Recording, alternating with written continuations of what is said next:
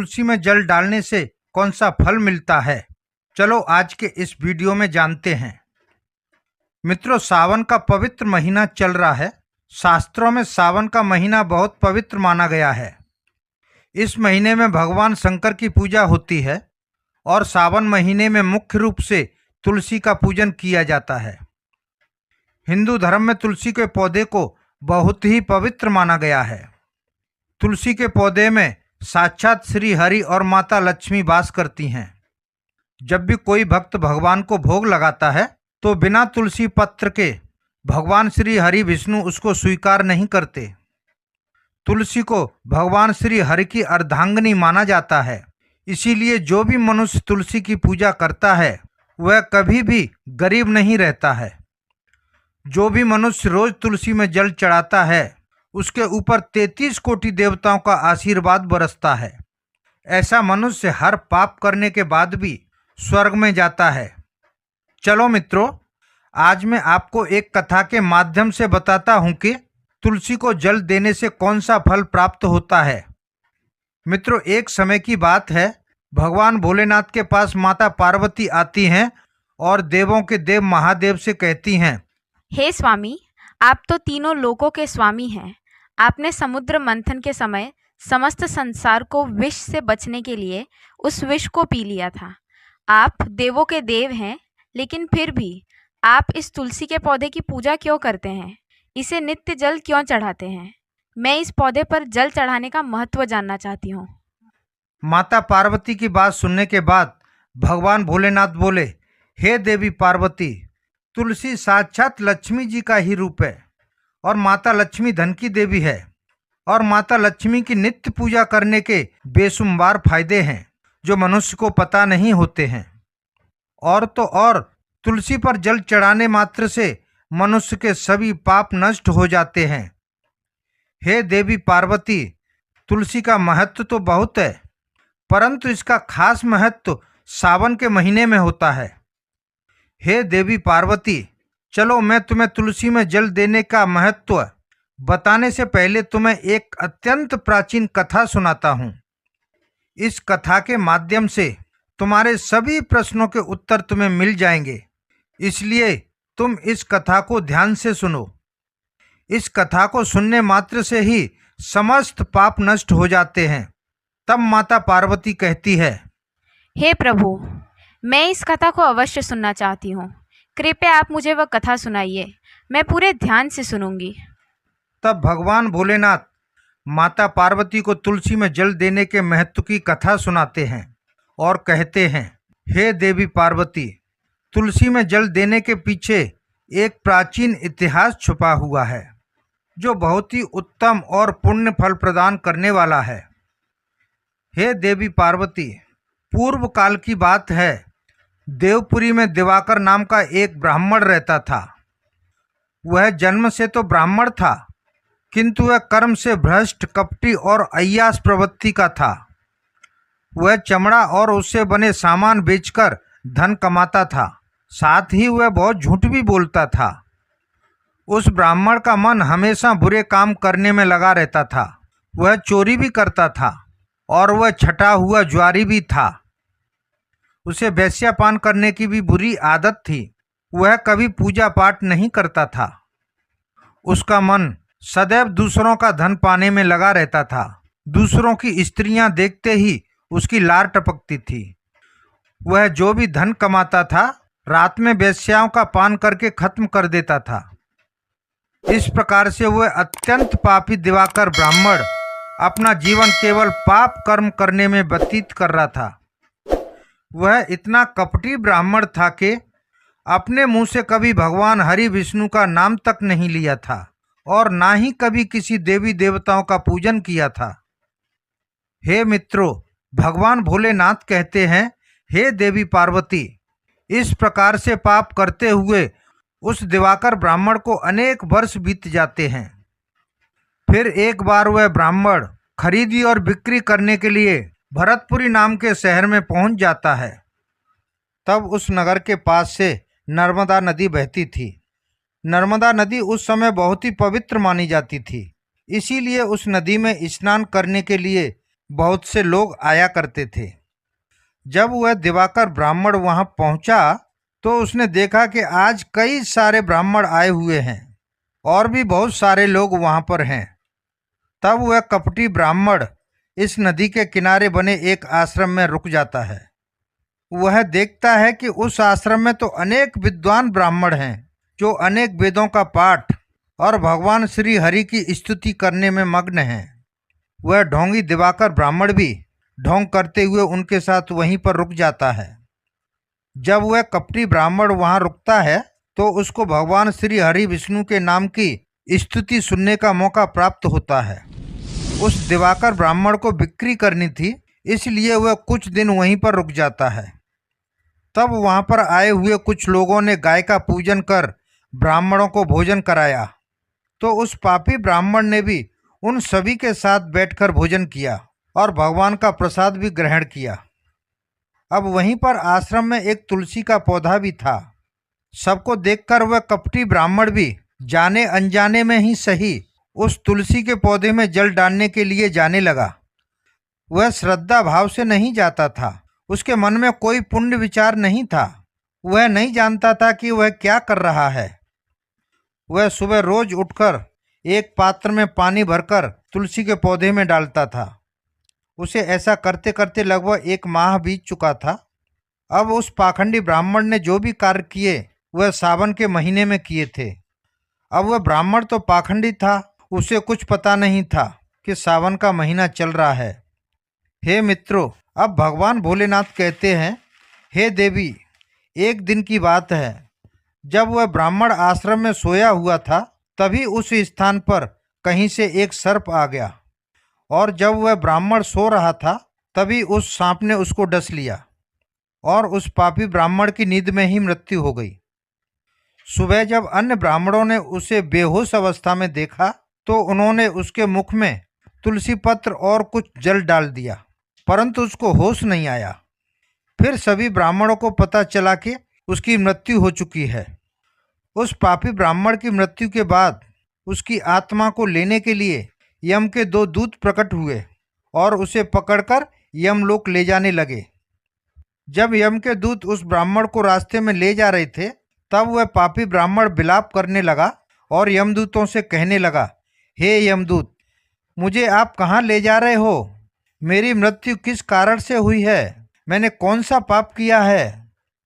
तब यमदूत बोले, अरे पापी दुष्ट ब्राह्मण, तूने जन्म से लेकर मृत्यु तक बहुत पाप किए हैं।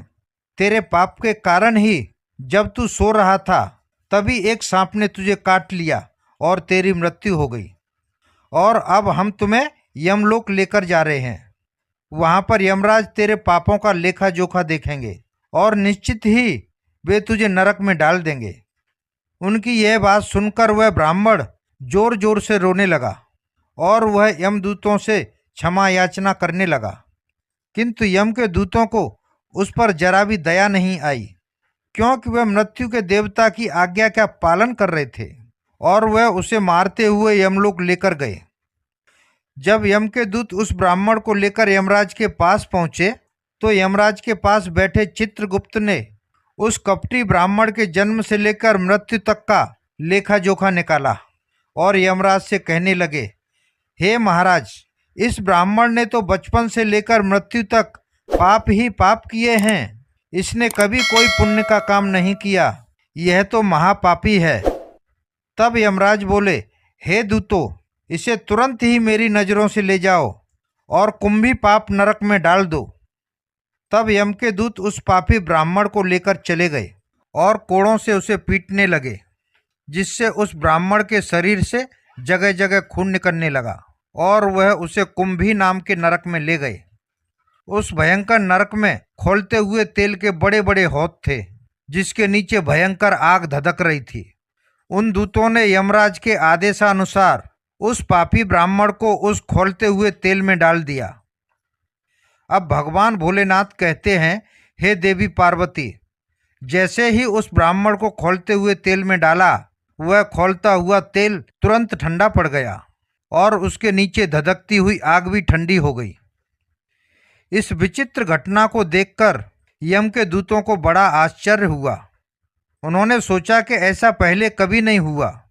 आज इस ब्राह्मण को इसमें डालने से ये ठंडा कैसे हो गया। उन्होंने कितने ही पापियों को उस तेल के हौद में डाला था। वे सभी उस तेल में गिरकर छटपटाने लगे थे, लेकिन जैसे ही वह इस ब्राह्मण को तेल में गिराया, वह तेल अचानक से शांत और शीतल हो गया। इस आश्चर्यजनक घटना को देखते ही वह दूत तेजी से सीधा यमराज के पास पहुंचा। तब यमराज बोले, हे दूत, क्या बात है और तुम इतने घबराए हुए क्यों लग रहे हो। तब वह दूत कहता है, हे महाराज, आपने उस ब्राह्मण को कुंभी पाक नरक में डालने को बोला था, तो हमने ऐसा ही किया। लेकिन जैसे ही हमने उसे कुंभी पाक नरक में ढकेला, धधकती हुई अग्नि बुझ गई और वह खौलता हुआ तेल भी एकदम ठंडा पड़ गया। तब यमराज जी कहते हैं, हे दूत, यह तो विचित्र घटना है, ऐसा तो पहले कभी नहीं हुआ। यमराज अपने मन में विचार कर ही रहे होते हैं कि तभी उस स्थान पर देवर्षि नारद प्रकट होते हैं। देवर्षि नारद को देखकर यमराज अत्यंत प्रसन्न होते हैं और उन्हें प्रणाम करके उनका स्वागत करते हैं। फिर यमराज नारद जी से कहते हैं, हमने आज एक अत्यंत पापी ब्राह्मण को कुंभी पाक नरक में गिराया है, किंतु उसके गिरते ही नरक की आग ठंडी पड़ गई और खौलता हुआ तेल भी ठंडा हो गया है। यमराज की बात सुनकर देवर्षि नारद मुस्कुराने लगते हैं और यमराज जी से कहते हैं, हे धर्मराज, आपने जिस ब्राह्मण को नरक में डाला है वह ब्राह्मण नरक में डालने योग्य नहीं है, क्योंकि इस ब्राह्मण के द्वारा अनजाने में ही ऐसा काम हो गया है जो नरक का नाश करने वाला है। जो मनुष्य पुण्य करने वाले लोगों के साथ रहता है उसे उनके पुण्य का भागफल मिल ही जाता है, और यह ब्राह्मण तो 1 महीने तक भगवान विष्णु के भक्तों के साथ रह चुका है। इस ब्राह्मण ने एक आश्रम में रहते हुए नित्य सुबह तुलसी को जल अर्पण किया है, इसलिए यह बहुत बड़ा पुण्यवान बन चुका है। इसके समस्त पाप नष्ट हो चुके हैं। यह ब्राह्मण अब स्वर्ग का अधिकारी बन गया है। इस ब्राह्मण ने अनजाने में ही इतना पुण्य कमा लिया है जो जन्म जन्मांतरों तक मनुष्य को प्राप्त नहीं होता है। इसलिए हे धर्मराज, आप इसे नरक में मत पकाओ। इस ब्राह्मण के पापों के लिए इसे केवल इतना दंड दो, इसे समस्त नरक लोक का सिर्फ दर्शन करा दो। मित्रों, अब भगवान भोलेनाथ कहते हैं, हे देवी पार्वती। तब देवर्षि नारद की बात सुनकर यमराज अत्यंत प्रसन्न होते हैं और उस ब्राह्मण को कुंभी पाप नरक से निकाल कर लाते हैं और अपने दूत से कहते हैं, हे दूत, इस ब्राह्मण महात्मा को ले जाओ और संपूर्ण नरकों का दर्शन करा लाओ। यमराज की बात सुनकर दूत उस ब्राह्मण को ले जाते हैं और संपूर्ण नरकों का दर्शन कराकर फिर उस ब्राह्मण को यमलोक में ले आते हैं। उसके बाद वह कपटी ब्राह्मण यक्ष बन जाता है। अब भगवान भोलेनाथ कहते हैं, हे देवी पार्वती, जैसे मुझे कैलाश प्रिय है, वैसे ही जो मनुष्य तुलसी की नित्य पूजा करता है, तुलसी को जल देता है, वह मुझे सबसे प्रिय है। उस मनुष्य की कभी दुर्गति नहीं होती, वह कभी नरक में नहीं जाता है। जिन घरों में तुलसी का पौधा सदैव ही हरा भरा रहता है, उस घर में सुख शांति और समृद्धि हमेशा बनी रहती है। हे देवी, साथ ही भगवान विष्णु की पूजा में और उन्हें चढ़ाए जाने वाले भोग में तुलसी के पत्र आवश्यक होने चाहिए, क्योंकि तुलसी के बिना भगवान श्री हरि विष्णु किसी भी प्रकार का भोग स्वीकार नहीं करते। इसीलिए प्रत्येक घर में तुलसी का पौधा अवश्य होना चाहिए। अगर आपके घर में तुलसी का पौधा है तो सुख शांति और समृद्धि के लिए चुनरी अवश्य चढ़ानी चाहिए। ध्यान रहे, तुलसी केवल एक पौधा नहीं है, वह साक्षात लक्ष्मी माँ का एक स्वरूप है। वह त्रिलोक के स्वामी भगवान श्री हरि विष्णु की अर्धांगिनी है।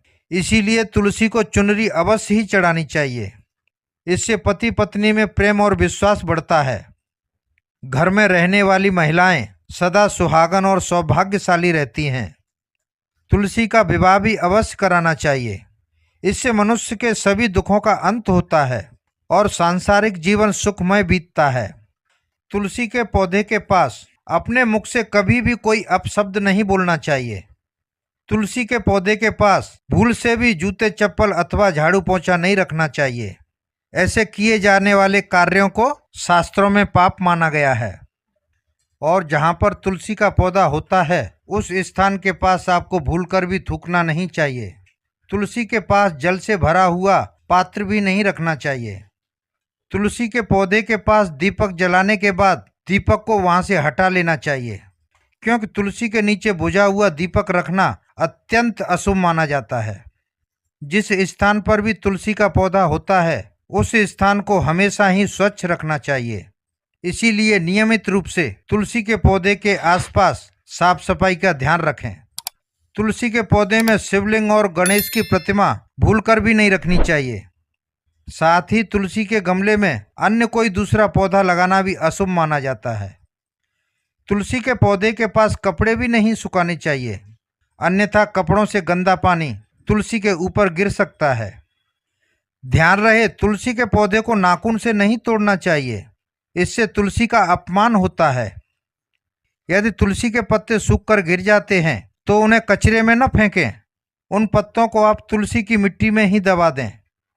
और रविवार के दिन तुलसी के पत्ते नहीं तोड़ने चाहिए और ना ही रविवार को तुलसी में जल चढ़ाना चाहिए। बाकी अन्य दिनों में स्नान करके तुलसी को बिना छुए उसमें जल देना चाहिए और शाम के समय एक दीपक जलाना चाहिए। अक्सर महिलाएं स्नान करने के बाद अपने बाल खुले रखकर ही तुलसी में जल देती हैं। ऐसा करना भी पाप माना गया है। महिलाओं को इस बात का हमेशा ध्यान रखना चाहिए कि बाल बांधकर और माथे पर सिंदूर लगाकर ही तुलसी को जल देना चाहिए। ध्यान रहे, तुलसी गंदी मिट्टी में न लगाएं। तुलसी को शमशान की अथवा गंदे स्थान की मिट्टी में नहीं लगाना चाहिए, इससे तुलसी माँ रूठ जाती है और सूखने लगती है। तुलसी का पौधा कभी भी गंदे स्थान पर नहीं लगाना चाहिए, जैसे नालियाँ अथवा बाथरूम के पास।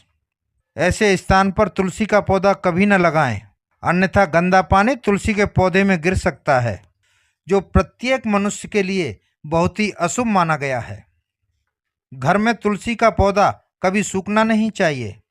शास्त्रों में ऐसी मान्यता है कि तुलसी के सूखने से घर में अकाल मृत्यु की सूचना प्राप्त होती है। घर में तुलसी का पौधा सूख जाए तो घर की सुख समृद्धि समाप्त हो सकती है। सूखी हुई तुलसी में माँ लक्ष्मी का वास नहीं होता है। शास्त्रों के अनुसार मासिक धर्म के समय महिलाओं को तुलसी के पौधे में पानी नहीं देना चाहिए और तुलसी को स्पर्श भी नहीं करना चाहिए। यह उन महिलाओं के लिए वर्जित है। तुलसी को बिना स्नान किए जल नहीं देना चाहिए।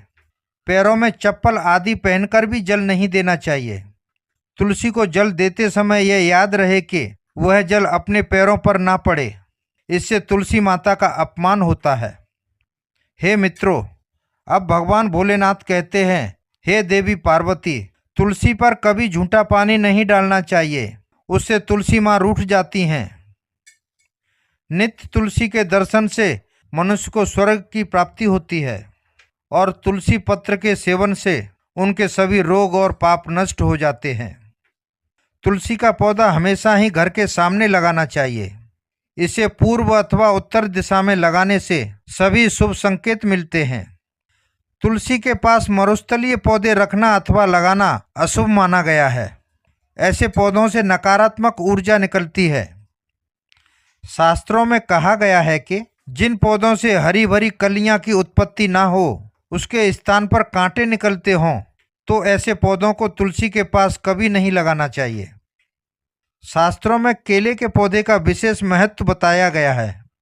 तुलसी के पास केले का पौधा लगा देते हैं तो इससे कई गुना ज्यादा लाभ मिलता है, क्योंकि केले के पेड़ में भगवान विष्णु का वास होता है। इसे तुलसी के पास लगाने से घर में सुख समृद्धि आती है। तुलसी के पौधे में शालिग्राम अवश्य रखना चाहिए। तुलसी के पौधे में शालिग्राम रखने से तुलसी का और भी अधिक प्रभाव आपको देखने को मिलेगा। शालिग्राम भगवान विष्णु का निराकार रूप माना जाता है। यह काले रंग का पत्थर होता है जिसे विलक्षण और मूल्यवान माना जाता है। इसे अगर तुलसी के गमले में रखेंगे तो आपके घर में संपूर्ण नकारात्मक ऊर्जा समाप्त हो जाएगी। घर में सिर्फ एक ही शालिग्राम की पूजा करनी चाहिए। पुराणों में कहा गया है कि भगवान विष्णु की मूर्ति से बढ़कर शालिग्राम की पूजा करना ज्यादा फलदायी होता है। शालिग्राम पर चंदन लगाकर उस पर एक तुलसी का पत्ता अवश्य रखें। प्रतिदिन शालिग्राम को पंचामृत से स्नान कराना चाहिए। ऐसा करने से सभी जनों के पाप नष्ट हो जाते हैं। शालिग्राम सकारात्मक और सात्विकता का प्रतीक होता है। अब भगवान भोलेनाथ कहते हैं, हे देवी पार्वती, जो भी मनुष्य मेरे द्वारा बताई गई इन बातों पर अमल करता है वह निश्चय ही बहुत जल्दी सुखी और अत्यंत धनवान बन जाता है। तब माता पार्वती कहती हैं, हे प्रभु, इस सुंदर कथा को मुझे श्रवण करने के लिए धन्यवाद। तो मित्रों, भगवान भोलेनाथ ने इस तरह माता पार्वती को तुलसी में जल देने का महत्व बताया है और घर में तुलसी का पौधा लगाने के नियम बताए हैं। हे मित्रों, जो भी मनुष्य भगवान भोलेनाथ द्वारा बताई गई इन बातों पर चलता है तो अवश्य ही उसे पुण्य की प्राप्ति होती है और काल भी उनका कुछ नहीं बिगाड़ पाता। मित्रों, हमारे द्वारा बताई गई कथा आपको कैसी लगी हमें कमेंट करके अवश्य बताएं। साथ ही आपसे विनम्र निवेदन है कि इस चैनल को सब्सक्राइब कर लें और बेल और नोटिफिकेशन को प्रेस करना बिल्कुल ना भूलें। मित्रों, हमारे इस वीडियो को देखने के लिए आप सभी को बहुत बहुत धन्यवाद। Thank you for watching my video. जय हिंद, वंदे मातरम।